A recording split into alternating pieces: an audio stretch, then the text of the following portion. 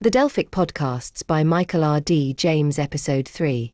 For Kant, then, metaphysical judgments are synthetic a priori judgments, e.g., every event has a cause. Such a judgment is a condition of the possibility of understanding experience and making judgments about experience, i.e., such judgments proceed from the special logical relation of concepts and intuitions to one another, a relation constituted by the principle of noncontradiction. Metaphysics, therefore, is not as such a science, but rather is constituted of synthetic a priori cognitions such as substance in things is permanent, page 16. Kant then changes the direction of the inquiry to focus on the question, how are synthetic propositions a priori possible? Page 21. The inquiry now focuses on four aporetic questions. How is pure mathematics possible? How is pure natural science possible? How is metaphysics in general possible? How is metaphysics as a science possible? Kant's answer to the first question, how is pure mathematics possible, begins as follows. Section 7. But we find that all mathematical cognition has this peculiarity. It must first exhibit its concept in intuition, and do so a priori in an intuition that is not empirical but pure. Without this, mathematics cannot take a single step, hence its judgment is always intuitive, whereas philosophy must be satisfied with discursive judgments from mere concepts. If we can discover this pure intuition and its possibility, we may thence easily explain how synthetic propositions a priori are possible in pure mathematics, and consequently how this science itself is possible. Pages 25 to 6. Kant has argued in other contexts in relation to space and time that intuition is only possible if the faculty of human sensibility is so constituted that the form of sensuous intuition precedes all natural impressions of objects. In pure mathematics, these a priori intuitions are related to space and time and provide the conditions respectively of geometry and arithmetic. The above arguments move then to a consideration of the nature of representations of bodies. All bodies, together with the space in which they are, must be considered nothing but mere representations in us, and exist nowhere but in our thoughts. Page 32. Kant questions whether the above claim entails some form of idealism, but denies this on the grounds that idealism presupposes that no objects of the senses actually exist outside of our representations of them. Kant categorically denies this form of idealism. I grant by all means that there are bodies without us, that is, things which, though quite unknown to us as to what they are in themselves, we yet know by the representations which their influence on our sensibility procures us, and which we call bodies. Page 33. This is clearly not the form of idealism that Berkeley presented us with, because it acknowledges the existence of an external reality which, it is implied, the constitution of our senses is not designed to fully reveal. This position, however, points to the important difference that there is between a reality where the cause is external to the changes we are witnessing and a reality where the cause is internal to a form of life, psyche, whose motion has been caused by an internally constitutional cause. This transcendental category of cause, then, enables us to embrace a categorization of reality that stretches from inorganic forms right up to the most sophisticated form of life manifested by human psyche. A form of life that possesses a self-caused free will which enables the organism concerned to do what it wants to do and ought to do in the realm of desire.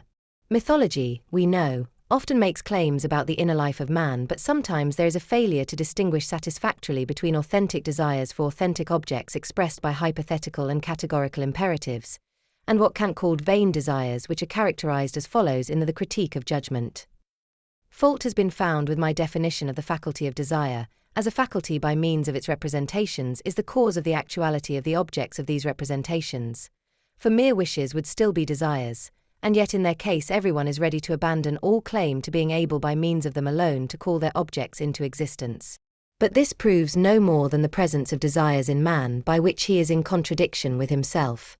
For in such a case he seeks the production of the object by means of his representations alone without any hope of its being effectual, since he is conscious that his mechanical powers, if I may so call those which are not psychological, which would have to be determined by that representation, are either unequal to the task of realizing the object, by the intervention of means, therefore, or else are addressed to that which is quite impossible, as, for example, to undo the past, or to be able to annihilate the interval that, with intolerable delay, divides us from the wished-for moment. But why our nature should be furnished with a propensity to consciously vain desires is a teleological problem of anthropology. Page 16. This passage contains an important element of Kant's philosophical psychology, which incidentally can also be found in Freud's Kantian psychology and in O'Shaughnessy's dual aspect theory of the will. Desire is logically related to its objects, which can in turn be more or less realistically conceived.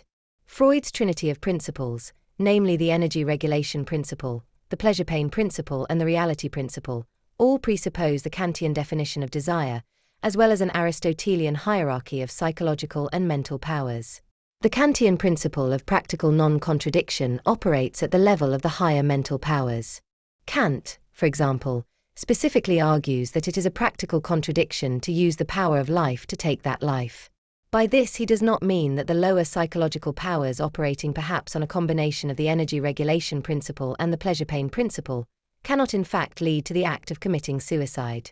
As O'Shaughnessy points out, the will is a power of psyche, and in the human form of life it stretches over essentially two ontological domains, the body and the mind, regulated by different principles relating to the two ontological developments of psyche, namely the psychological and the mental. Life at its lowest level, governed by fight, flight, and reproduction, is governed initially by the energy regulation principle, which seeks to keep the organism alive via an instinctive urge to live using mechanisms of homeostasis. The pleasure-pain principle regulates what O'Shaughnessy refers to as the psychological aspect of life, which incorporates acts of or related to objects of desire that are both real and vain. Insofar as they are real, it is the reality principle that guides the human psyche toward actualizing realistic objects of desire, which range from the simple fulfilling of physiological and safety needs to more complex cognitive and aesthetic needs. The level of the psychological in animal and human psyche occurs in the mind, which O'Shaughnessy characterizes as follows. But what sort of thing is the mind? The mind consists exclusively of the systematically and causally interrelated and often enduring phenomena of type psychological that occur in some one animal. Then is it an entity? It would seem that it is. But hardly a substantival entity, seeing it is constituted exclusively out of the psychological phenomena occurring in its owner. I will try to explain this by delineating some of the fundamental relations holding between a man and his mind, and his body and that particular state of the organism that is its being alive. Thus, just as the matter of a man is the matter of his body, so the life of man is the life of his body, for the death of one is the death of the other. The Will, a Dual Aspect Theory, Cambridge, Cup, 1980, pages 19xx. In the context of this debate, O'Shaughnessy praises Freud's hylomorphic account of the developmental phases of the body associated with regional centers of pleasure evolving into a globally operating principle of pleasure-pain in the whole body-mind complex. The will, O'Shaughnessy claims, is the action force in the mind. Object relations, the will and desire, are all Freudian concerns which played a part in naturalizing the soul after centuries of spiritualization, which we can find present and active in both mythological and religious narratives. Indeed, Freud in his later work returned to a Socratic Aristotelian view of the active role of the death instinct in life, something which, it is argued, gives life its value. His theories, that is, aimed at a restoration of the ancient Greek love of life, eros, which had been lost, and this loss has continued to plague modern man with a sense of discontentment, a state of mind that might be a fundamentally defining feature of our modern existence.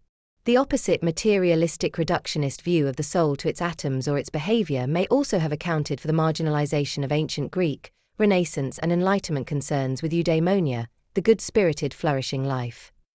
O'Shaughnessy, O.S., quotes Freud. We are all ill. Part of our illness was of course the postulation of mythological and materialistic arguments which marginalized the achievements of philosophy in its joint mission to understand the world and ourselves.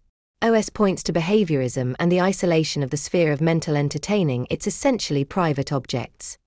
He also praises Wittgenstein's later philosophy for its restorative philosophical work. O'Shaughnessy argues that our minds are divided into two, namely, knowing, and action, where awareness precedes an acting function directed toward the flowering of life, XXXV. Action here is a testament to the fundamental orientation of human psyche towards its environment.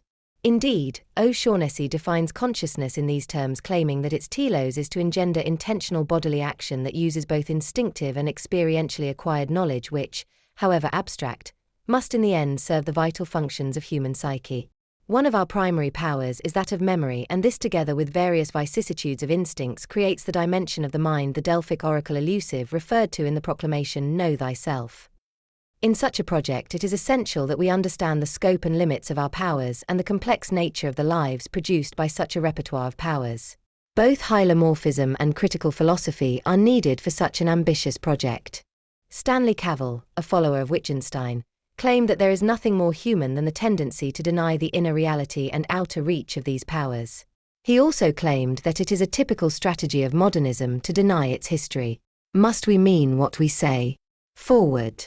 Returning to the Kantian definition of desire, we see in the passage above an emphasis upon the mobilization of our so-called mechanical powers, which evokes the importance of a motor system coupled with sensory systems in a brain that possesses the power of consciousness, which, on O'Shaughnessy's theory, is essentially focused on instrumental means to achieve ends related to instinctive, psychological, and mental needs.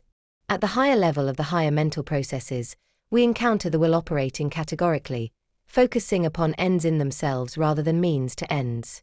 It is in this arena that we encounter the Kantian goodwill operating in accordance with the practical idea of freedom. It ought not to be forgotten, however, that desire and the pleasure-pain principle are intimately related. Kant claims that the feeling of pleasure-displeasure is necessarily combined with the faculty of desire, page 17 Prolegomena. And this feeling will of course assist in transforming the representations of our knowledge system into practical activity, under the control of our free will.